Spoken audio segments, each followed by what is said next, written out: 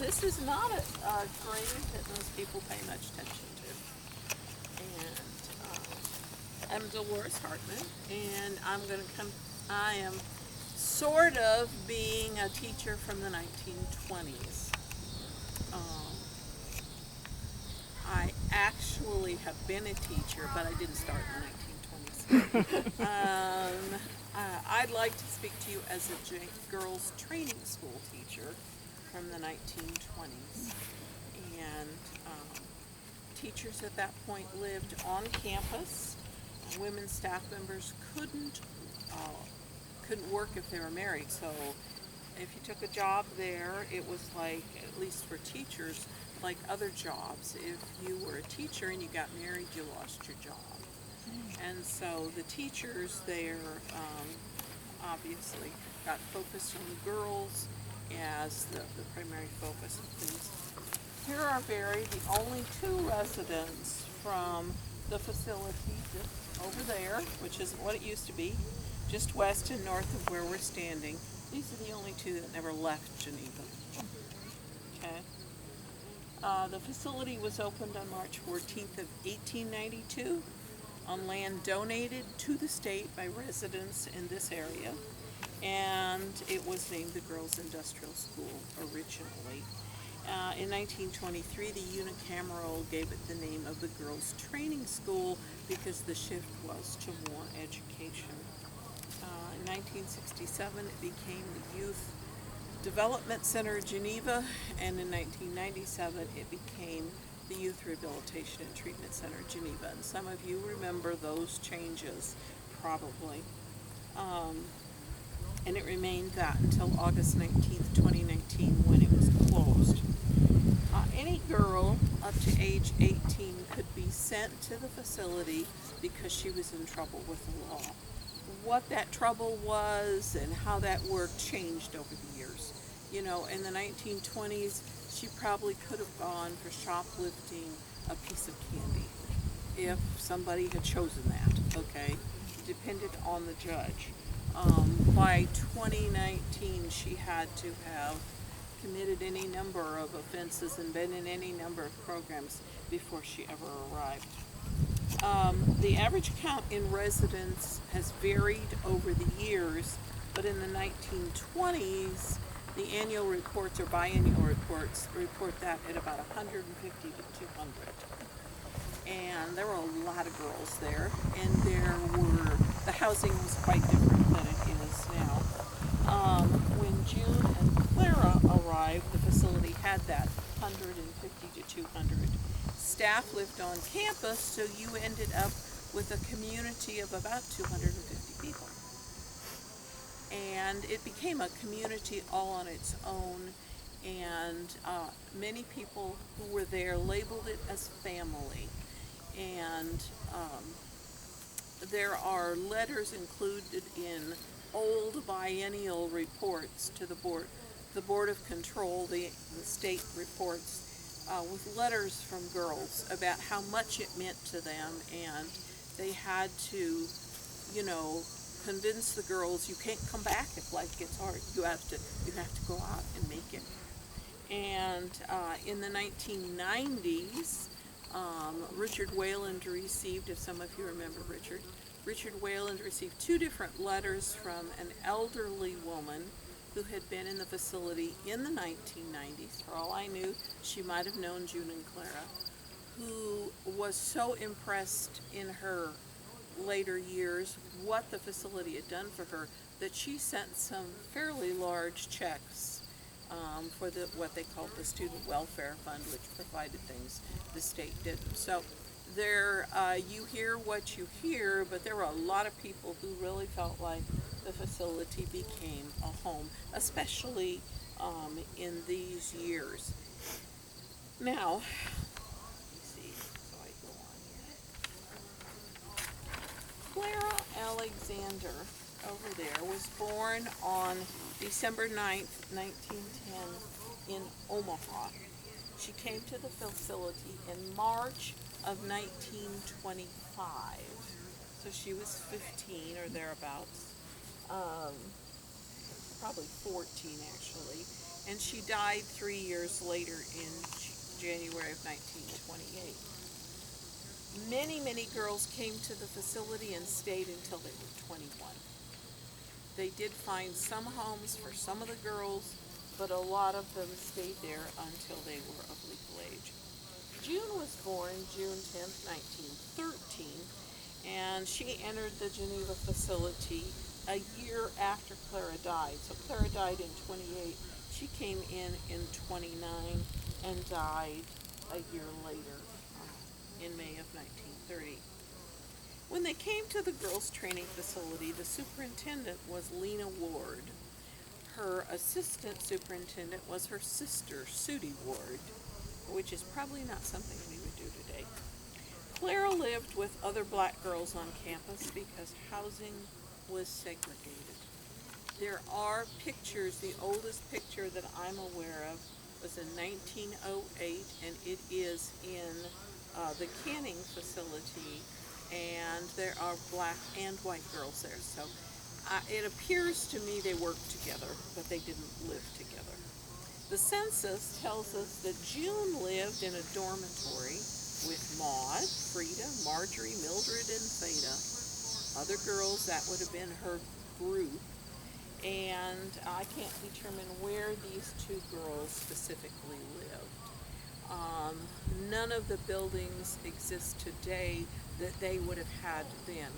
In your program, there's a picture of a white building with a portico and pillars. That was the administration building, and there is another building beside that they call the red building, and apparently red brick. And there are very few pictures even available in the archives of that. But they might have lived there. They might have lived in what was the original SAC building. We don't know. All girls wore simple, light-colored gathered skirts that were long, and gathered and simple blouses, and wore bonnets. There's one particular picture, which I don't have access to, or I'd show you, of the girls digging the trenches for the sewer being put in. And they're dressed in these light-colored, it's a black and white, so I don't know what color they were, but very light-colored white skirts, blouses with white bonnets on, and they're out there digging for a sewage system. So it was different then. All their clothing was sewn in the sewing factory that was in Fanny Crosby, and Fanny Crosby just opened up in 1923. So by the time Clara showed up in 1925, it was still a pretty new building. All girls attended school. Would not necessarily have been true of all facilities of this type. The first 8th grade graduation had been in 1923. But when Clara arrived, the upper grades were being added, and in 1929, when June arrived, Dunbar Cottage, which some of you may be familiar with, great big cottage there, Dunbar Cottage was completed, and the first high school graduation was held. So the girls came at a time when there was a lot of change in building and such on campus. Dunbar Cottage, which was built as a segregation cottage, wasn't in use while Clara was there, so I'm not sure where she was. In addition to schooling, each of the girls worked daily in jobs that trained them for employment upon return to the community. They worked in a sewing factory, which was in Fanny Crosby. They had a commercial canning operation, and because they had so many they produced most of their own food. They had a professional laundry. They had a dairy farm where they had milk and butter and obviously meat. They had all kinds of different animals. When you look at old reports, you find lists of the different kinds of animals they had, the different kinds of vegetables that they grew and canned. And so they were pretty self-sustaining. Annual cost per girl was about $23 a year. The girls, both black and white, participated in these work activities and school. There was an orchestra and a choir. which put on programs that people from town and from across the state attended. Musical and religious activities were prominent on campus. The reports read about different things the girls led, just as they did up until our closing. Ministers from the community would come out and work with the girls as well. Staff living on campus, as I've said, would have lived in the original administration building, that large white building. That also had a cafeteria, and it had housing for girls originally, had everything. And they would be just big open bays. It would be like Army barracks. When Fanny Crosby was built in 1923, that became a rather elite cottage because girls had to earn it. And there was a trustee wing and so on. We don't know. June probably wasn't there long enough to have earned it. And I don't know if she was even old enough. They were kind of housed by age. Okay, Clara was committed from Omaha and was on campus 3 years before her death.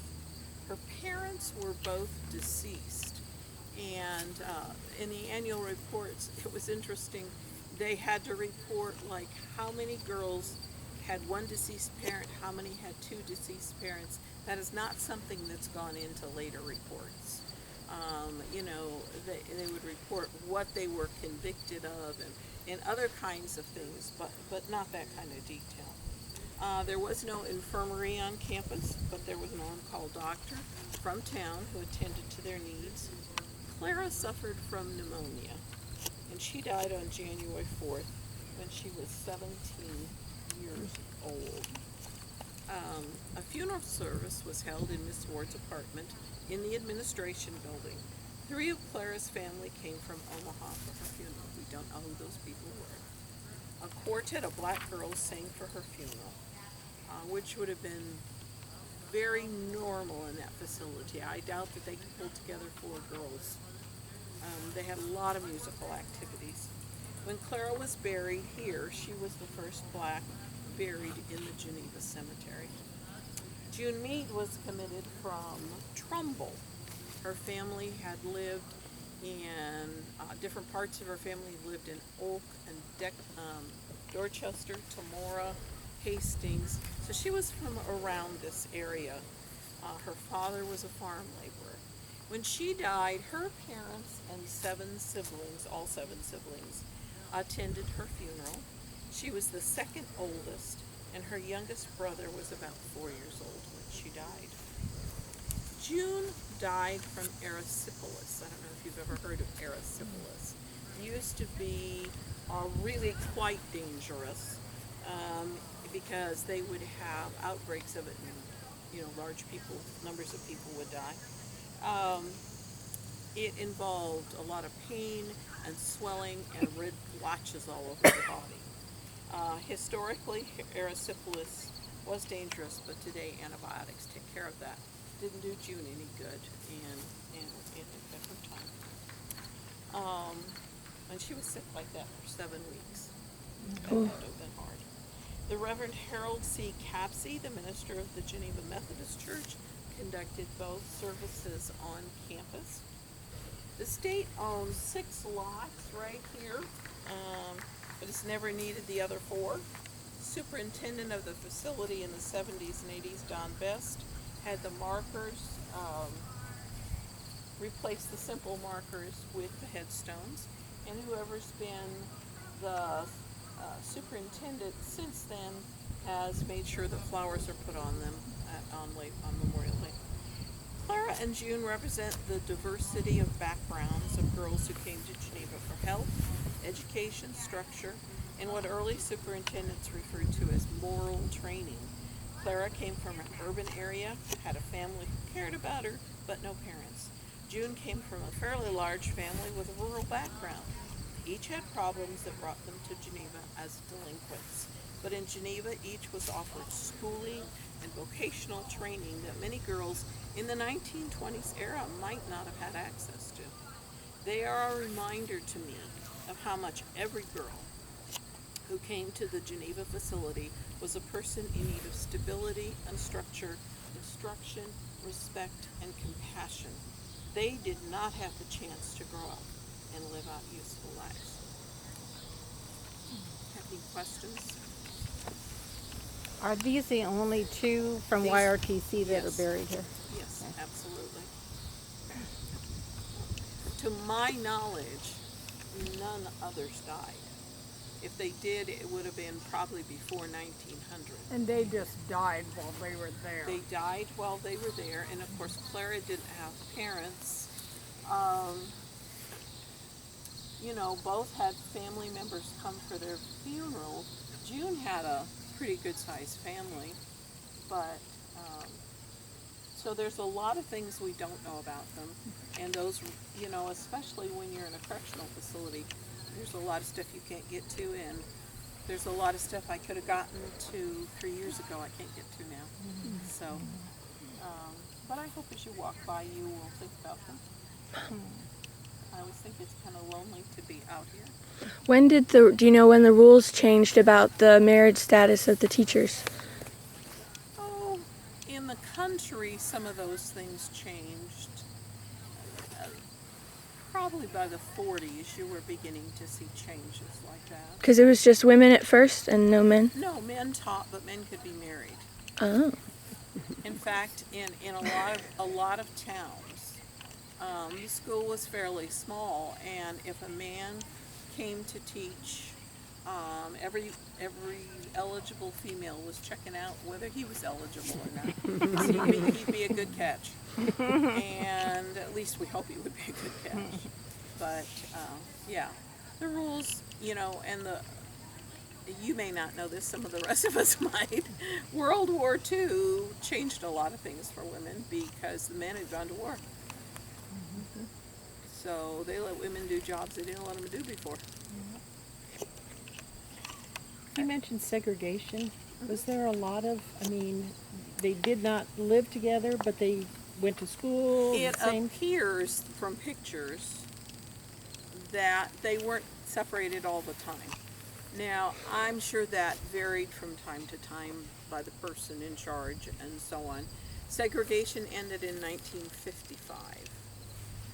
I've always been impressed how kind of ahead of the game the facility was in terms of education, in terms of that and a lot of other things. So, the only cottage I've ever heard called Segregation Cottage was Dunbar. And if you know the campus, everything else is along one road, and then here's Dunbar. And Fanny Crosby, of course, was off to the east. But those two cottages were pretty separated. I don't think Dunbar was anything less. It's a beautiful old building. But I doubt that, they wouldn't have been on campus at the same time, but I doubt that they would have had much association. They wouldn't have lived together. June had a group of people with her. Clara, because of when she was, she does not show up in the 1920 census, of course, on campus, and she doesn't show up in the 1930 census, so I don't get a sense of who she lived with, or some of that I might have been able to gather, but I couldn't. Thank you. Thank you. Thank you. Thank you. Very interesting. Yeah.